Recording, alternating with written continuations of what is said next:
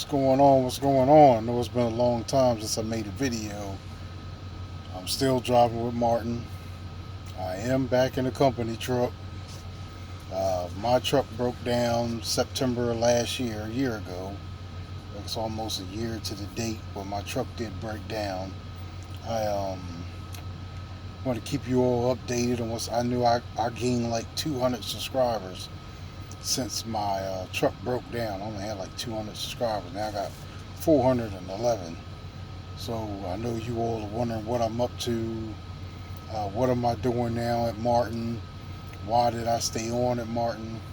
So let's go back to last year when March, when I started as an owner operator. I bought a truck. I didn't buy a truck. It really was a monthly lease that I got from LRM leasing, but it's a monthly lease. So you only pay a payment once a month. It's just like a truck note. Like you go to a dealership, you buy a truck, you pay by the month. You don't pay by the week. So weekly leases, I don't do weekly leases. I refuse to jump in a weekly lease just to get back in a truck and say I'm an owner operator. Like, I'm not doing that. It's too much money. So my monthly lease was $1,300 a month. But plus they made you pay insurance. So I had to pay the $1,300 a month, and I had to pay, it was like $240 in insurance.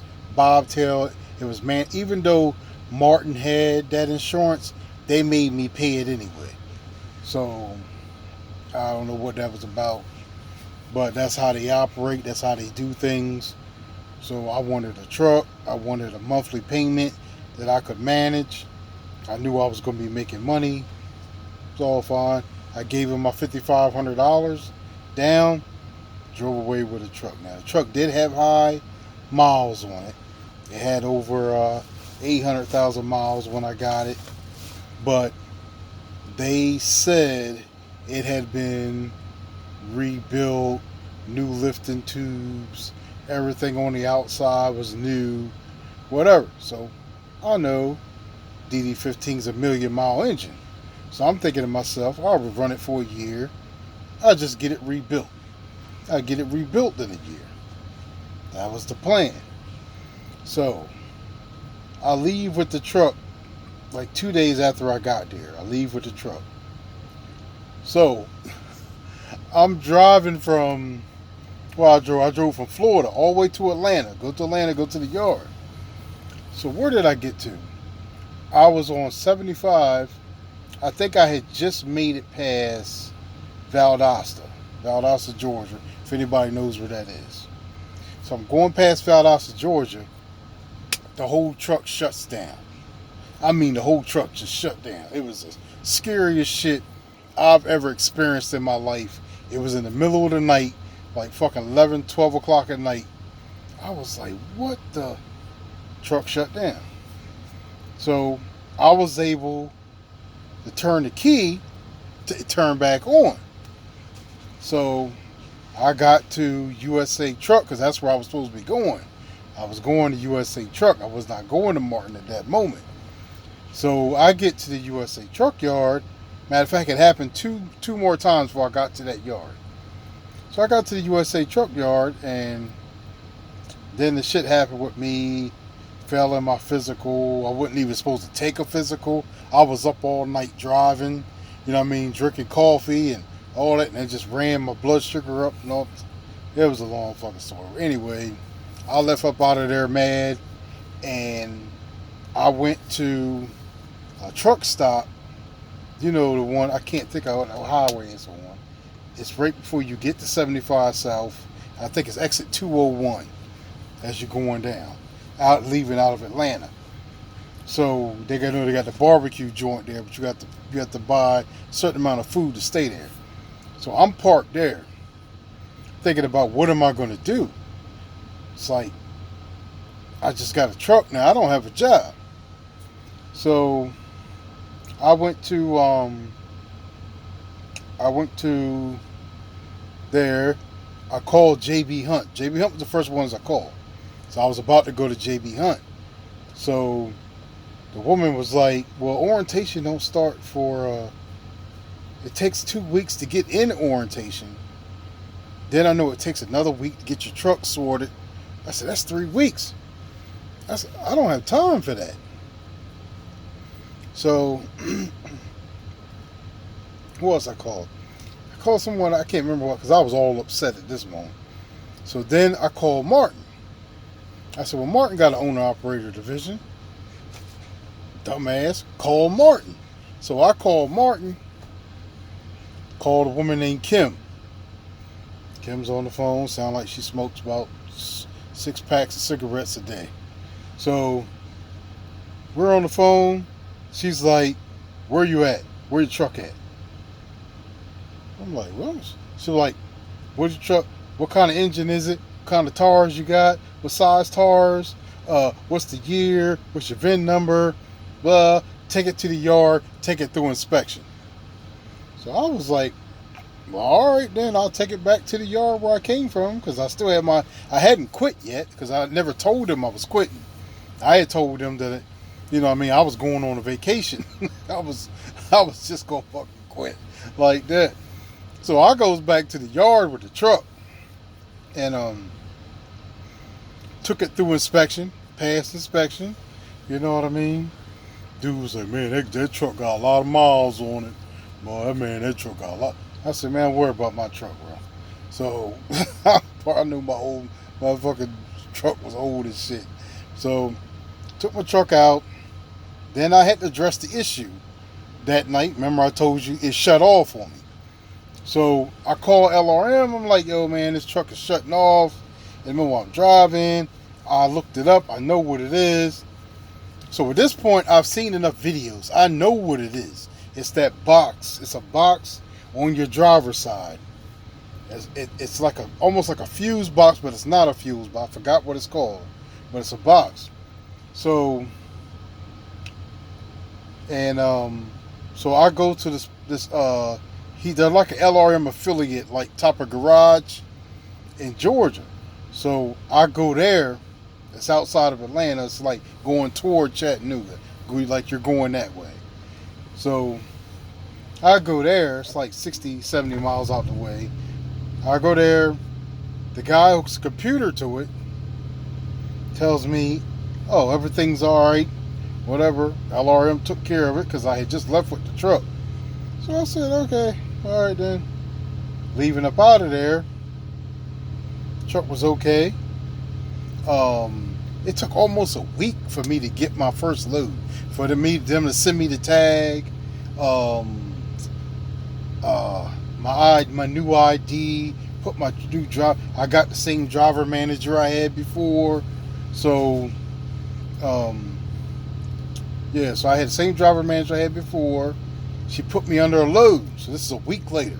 She put me under a load, so I'm under a load. Got my trailer. The load was already at the yard, so I picked the load up. It was going to Florida, so I was like, oh, it's a nice easy run. You know what I mean? First load on the truck. So I'm going down south. My gears. I'm going on down south. Truck running.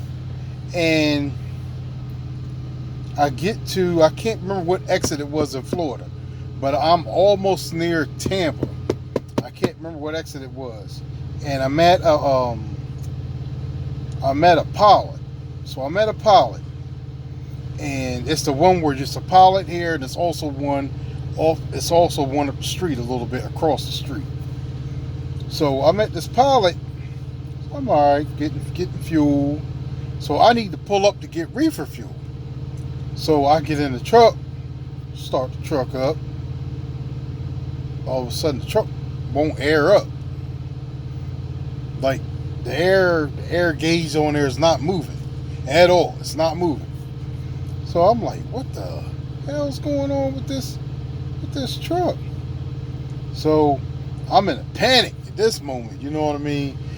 Martin's like, ain't nothing we can do for you. You know, you're an owner operator. We ain't got nothing to do with that. So I'm like, man, shit.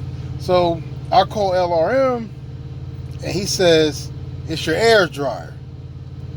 It's my air dryer. Like, what am I supposed to do about that? He said, oh, just calm down. He said, let me talk you through it. He said, you're going to undo this bolt. you're going to undo this. You got some wrenches? I said, yeah, I got wrenches. He said, you're going to undo this, then you're going to undo that. He said, you need to go, do they got a dealership anywhere near? Lucky for me, there was a repair shop next door to that pilot. So I walked over there and I needed a bushing to go in between because it was two females. I needed to hook the two females together. So I needed a brass bushing to go in between. You know what I mean? So I screwed it together. What that did was it bypassed the dryer.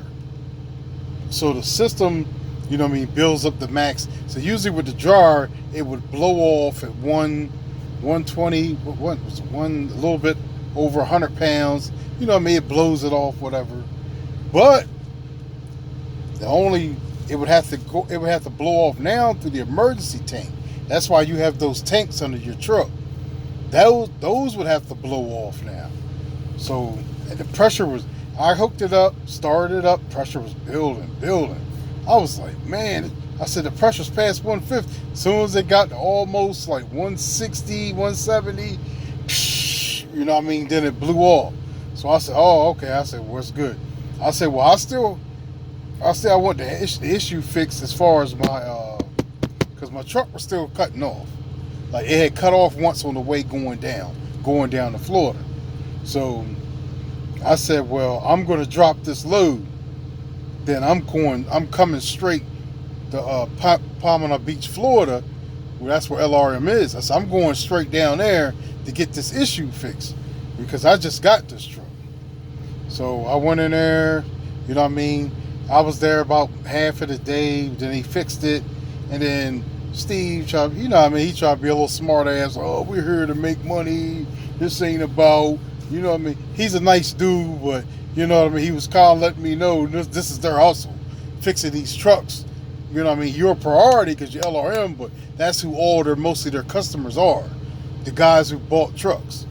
You know what I mean? So I'm like, yeah, well, I just got the truck, so, you know what I mean? I'm not arguing with you about it, you know what I mean? You did a good job of following my directions and doing what I asked you to do, and we fixed the electrical box situation, air dryer.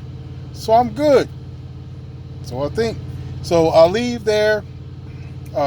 She gets me another load, one of those sugar loads. If you ever been to the sugarcane part in the lower part of Florida, Marten has a contract. I think it's Domino Sugar.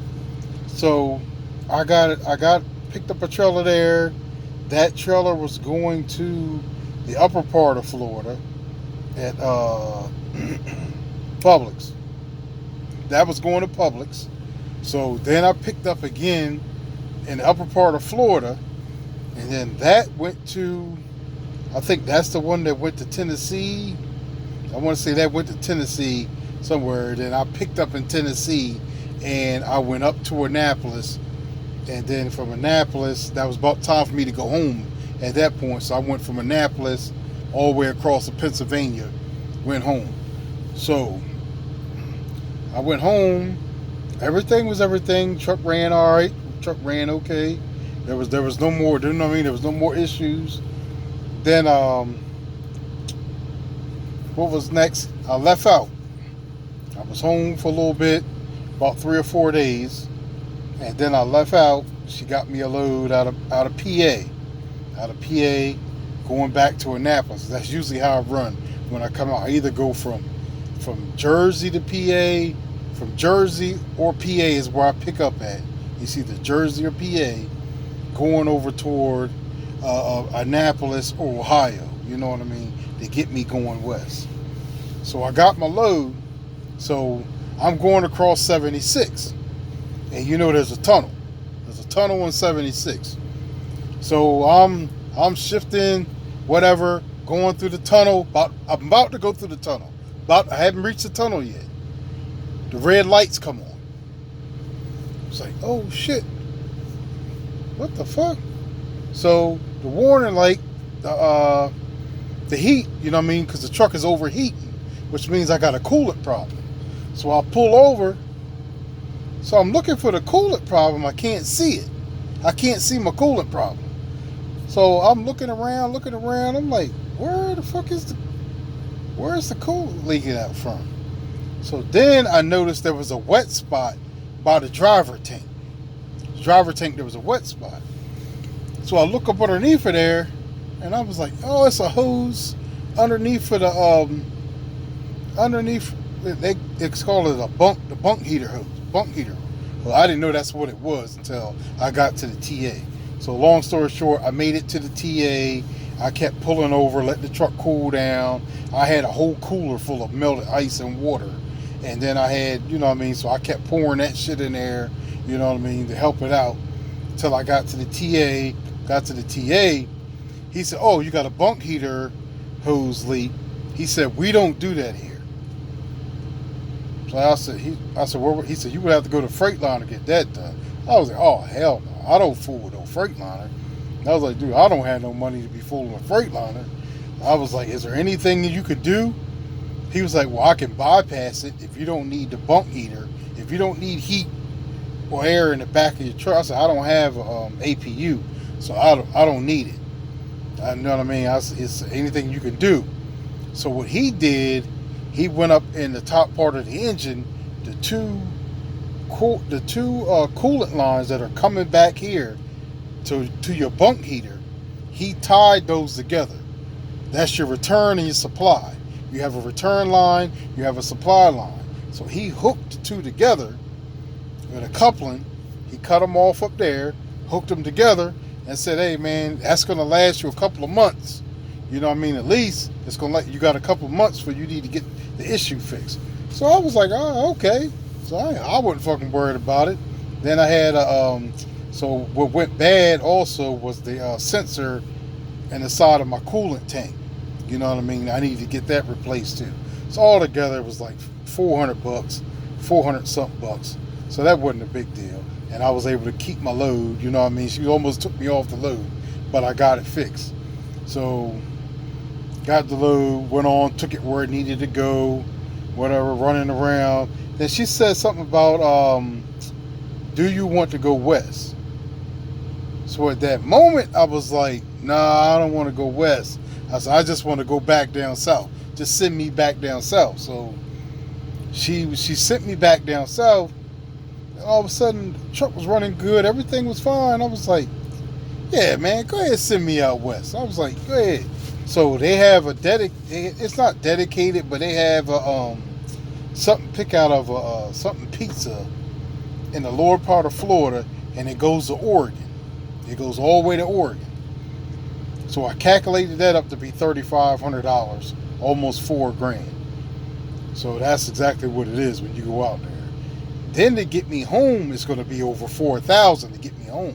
So I knew this was going to be like almost a $9,000 trip for me, going up to Oregon, going back all the way back across the country to go back home. And that's how they ran me. Matter of fact, I went all the way out to Washington. I went to Washington State for another delivery. I picked up at that part of Oregon, went out to Washington State, dropped that. That was alive. Ended up having to drive off duty up to Seattle. Picked up in Seattle, Washington at the shipping yard. That was an experience. I think I had a recording of that when I was there. And that's the load that went all the way across.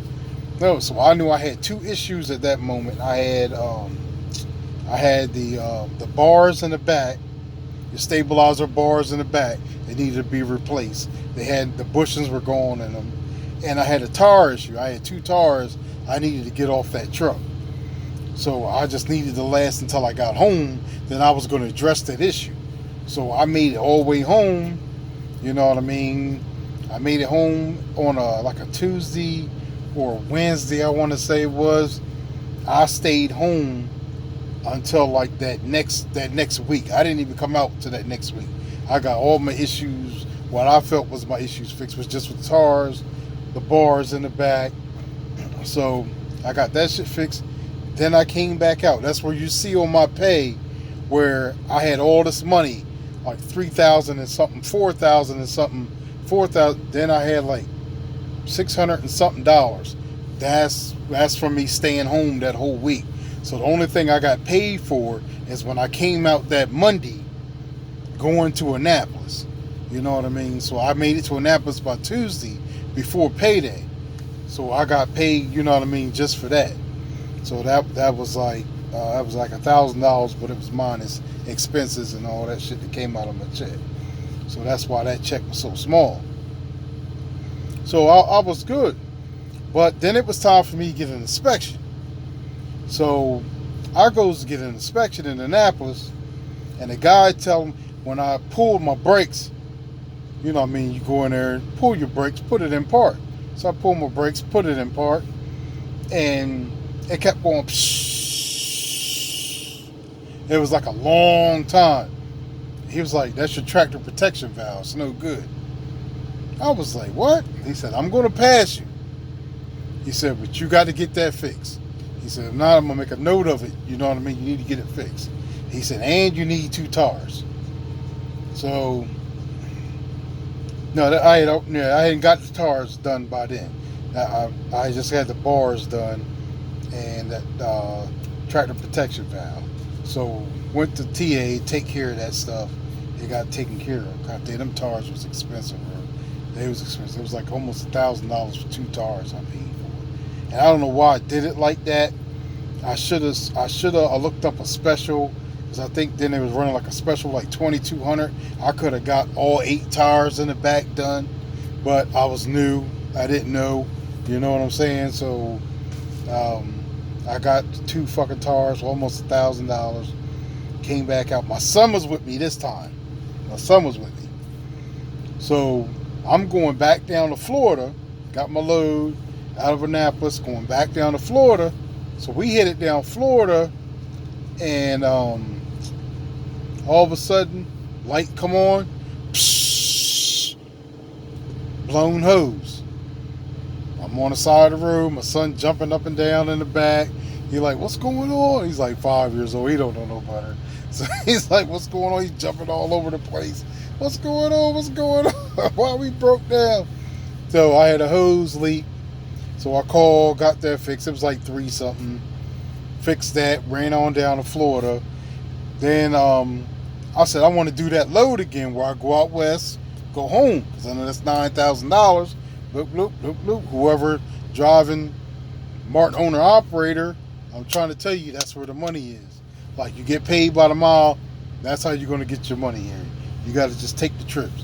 So I took the trip again, but this time I made it to Nebraska. When I got to Nebraska, I got up to drive. It was like 3, 4 o'clock in the morning. I got up to drive, pulled out, and all of a sudden my lights came on. I'm like, what is that? What's going on now? So I look, pop the engine, look, there's no leaks. The fan belt is off. The fan belt came off. So I called, the TA was right there because I was at the TA. So the first dude came on duty that morning, came out there, was like, oh yeah, you got a belt, you need a belt and a tensioner. He's like, yeah, they always go bad on these trucks. He was like, all the time. So he changed out the belt and tensioner, and like, just like that, he changed it out in no time. Cost me like $400, I think it was like $400 something it cost me. Back on the road. We're on our way to Oregon, baby. I think I got all my issues fixed on my way to Oregon. So we dropped. I end up getting there so early. I ended up doing a 34. Me and him stayed in the hotel. You know, it was at the height of COVID then, so that's the whole. Everything was first shut down. So they only had like one place to deliver. It was pizza, all the shit. So I was like, we just eat the food I got in the truck. Better than eating this dumb stuff. Plus that part of Oregon I was in didn't have any real delivery. Had a Walmart, but it was a real long walk. So I wasn't going to do that. So we just stayed in the hotel, did my 34, we made a delivery. I was able to do all that off duty. So I was able to complete my 34 actually by creeping over, because the place that we was delivering at was right next to the pilot. So I went off duty, went over there, you know what I mean, dropped that bitch. Then we went on, I think we picked up in Iowa,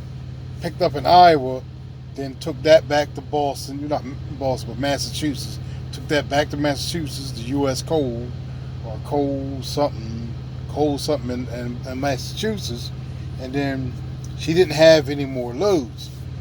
So I was like, damn. So usually I get that little, it's like a wine load out of Massachusetts, and it goes to Pennsylvania, and then I would just go home. So she was like, I was like, don't worry about it. I made enough money. I know I made over 9,000 with this little trip that I do doing that, going down south. You know what I mean? Going out west, going back home. I know that's over 9 grand. I was like, don't worry about it. I'm on my way home. So I stay home for a week. Then I found out that I had a crack in my windshield. So I went over, I got my windshield fixed, whatever. So then this time out, my wife wanted to come out with me. So she wanted, I went out one more time by myself. And the truck had no issues, passed inspection. I actually went out, down, I didn't go out to Oregon this time by myself.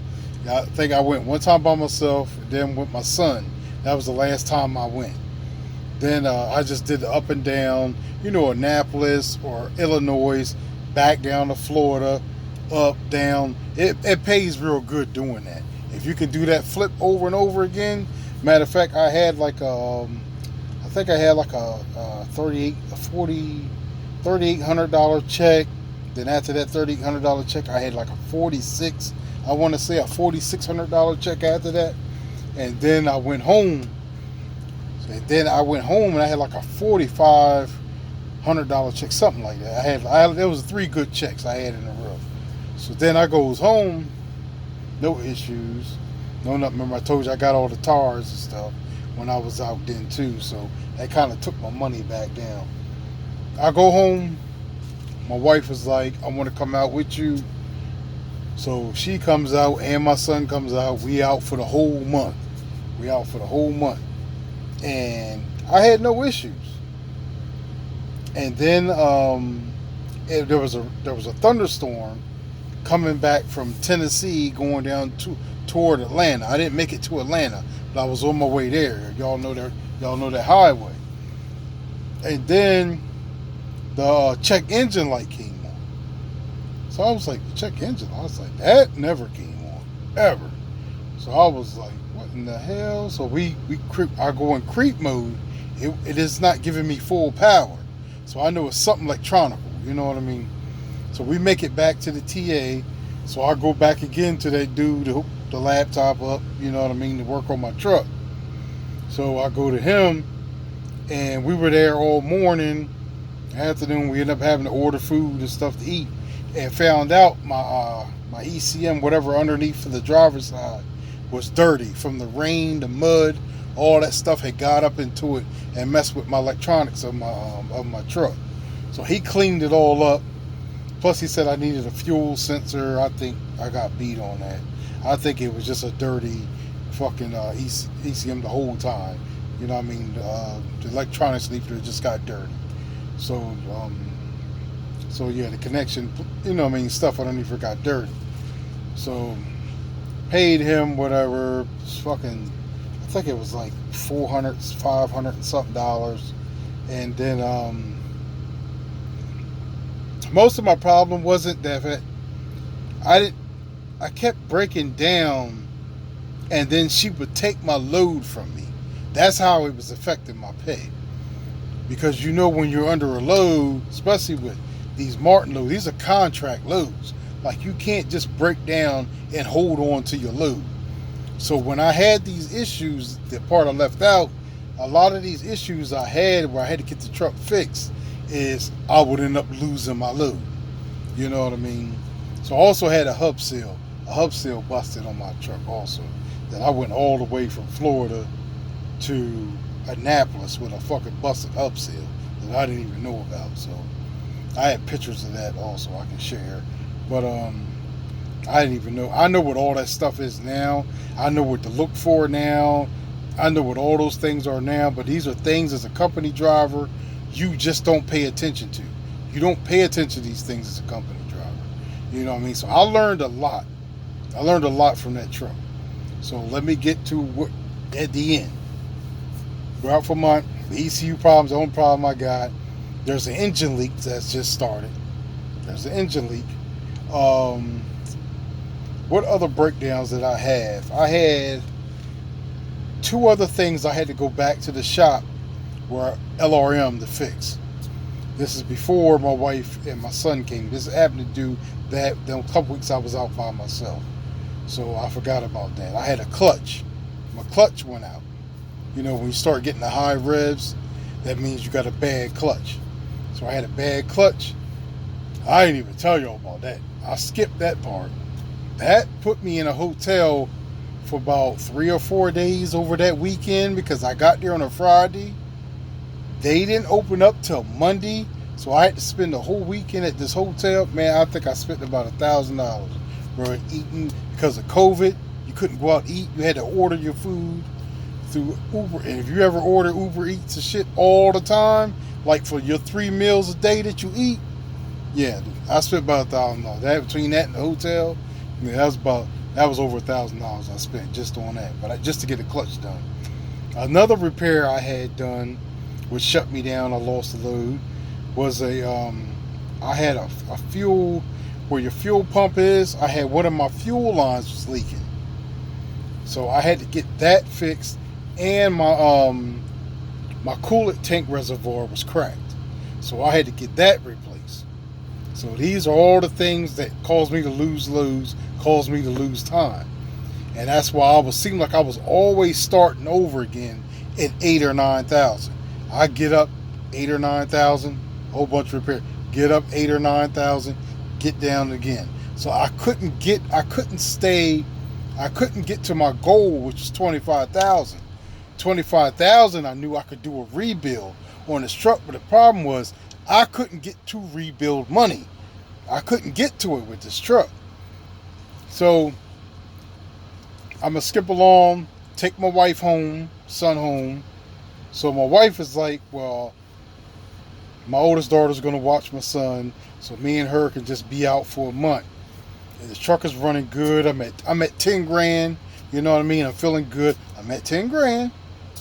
I'm at 10 grand saved up. So we get in the truck, and I get my load out of Pennsylvania, and I'm headed across 76 at the 81.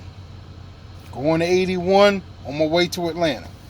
So we're climbing the mountains, get down, climbing. She said her feet felt hot. It felt real hot underneath where her feet are at. So I was like, all of a sudden, check engine light comes on. The check engine light comes on, and all of a sudden, the truck is running real funny, and all of a sudden, this noise starts coming out the side where she's at. And I tell her, I think that's my death box. That's my death box. So she was like, yeah, I told you it was hot underneath my feet. It was really hot. So long story short, I'm able to creep to a TA. I called someone. They gave me somebody else to call because they don't fix that kind of stuff, because it was computer related also. So it ends up being a mechanic that fixed one of my leaks one time as I was coming through there. He ended up fixing one of my leaks. So he has a small garage. He's by himself in Virginia, but he's a real good mechanic. Matter of fact, I plan on using him the next truck that I get. I plan on using him to do some work for me. So he tells me, he takes the side off, and he's like, why aren't none of these sensors hooked up? So I have pictures showing, like, none of those sensors were hooked up. He's like, they're all corroded with carbon, and you know what I mean? Like, they'd never been hooked up. They were all burnt up, full of carbon. There's a box. There's an inlet box and an outlet box. Sits right on top of your one box. You know what I mean? That was full of soot. Or soot, carbon, whatever you want to call it. Full of that stuff. He said that was not supposed to be like that.